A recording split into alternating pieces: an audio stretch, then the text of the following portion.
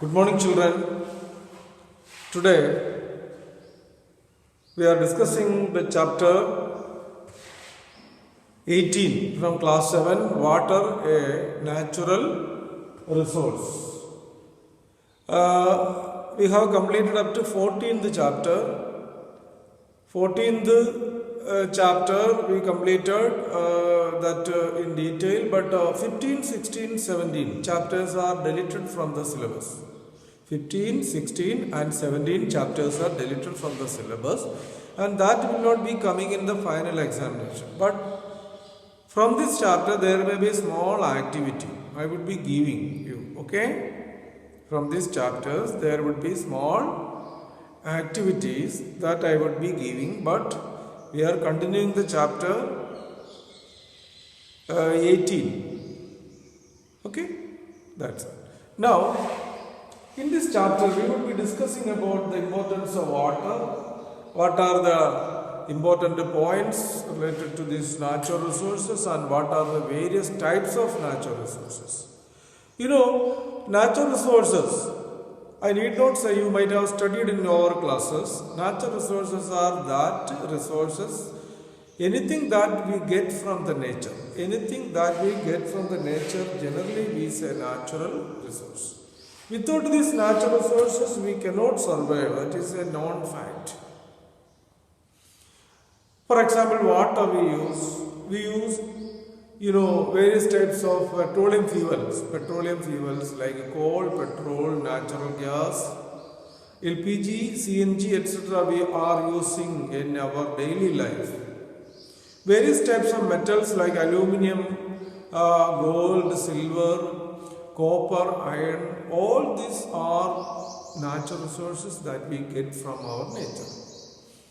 And even the natural resources we get from sun. What is that? Sunlight. Sunlight is also a natural resource. Then, plants and animals are natural resources. Even microorganisms are natural resources. And what are the various areas, what are the various occasions in our life where we use these natural resources? For example, constructing the houses, roads, building the, factories, all this we need, various natural resources. For example, stone, sand, cement, all things we get from the nature. And the various metals like aluminum, iron, then you can copper, etc. These are also used for constructing the buildings, and you can see that bridges and machines, vehicles, all are made out of these metals. Okay, so metals are very, very important like other resources. Then even fossil fuels such as coal, petroleum, as I told you, natural gases, such as LPG, CNG, all these are very, very useful in our life. And also, we need to say that the natural resources are being, overused more than our requirement. Because of this reason, natural resources are getting reduced or depleted or exhausted. In short, we can say there are, some definitions for this. What are natural resources? Resources that we get and allow our existence and fulfill our needs for the survival of an organism. Anything that we get from the nature that fulfill our needs and also support our lives, we call it natural resources. So what are natural resources? Anything that we get from the nature and fulfill our needs of an organism, of all organisms, we call natural resources. There are two broad categories of natural resources: living natural resources and non-living natural resources. Of course, living natural resources are plant, animals and microbes, whereas non-living natural resources include soil, water. Then again, we can also say that minerals, metals, all these are non-living natural resources. So there are two categories of natural resources: living natural resources including plants, animals and microbes, and non-living natural resources include soil, minerals, rocks, water, etc.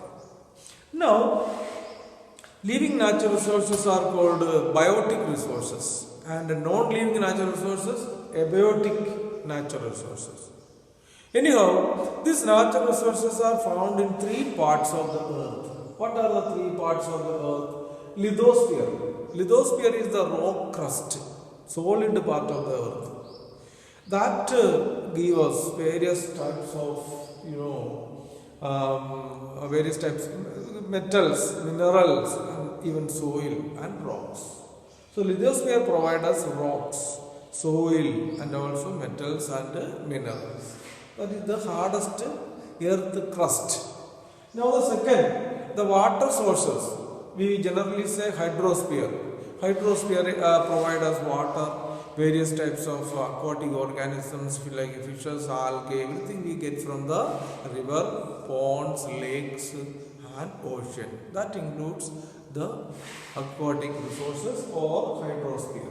Now atmosphere is the gaseous component. Above the earth crust you can see the gaseous component. We get lot of oxygen from it. Oxygen is there in the atmosphere, and this is very important for respiration by organism. Carbon dioxide is important for photosynthesis, and also various types of other elements. Nitrogen is important for the soil. Nitrogen fixing bacteria, they fix the nitrogen and convert the nitrogen into nitrate. So all this we have to understand.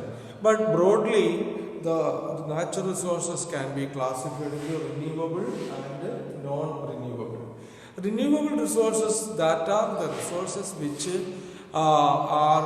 can be renewed or regenerate if you use them very fairly, considerably. Okay, so natural renewable resources can be renewed and reformed again and again. They will either never run out or they are replaced by natural process. Renewable resources are either will not run out, will not be exhausted, or that can be renewed by natural processes. Whereas non-renewable resources, renewable resources, you can say sunlight. Sunlight is a renewable resource. It says that sunlight is available or sun is available the next 5 billions of years. Next 5 billions of years. So sunlight is a renewable resource, whereas you can say non-renewable resources such as fossil fuels, petroleum, coal, natural gases, that can be finished up if we do not protect or preserve them by using limited way. Okay, so non-renewable resources can be exhausted or finished up if you use them, in what we say in uncontrolled manner. So that's all in this part. Thank you.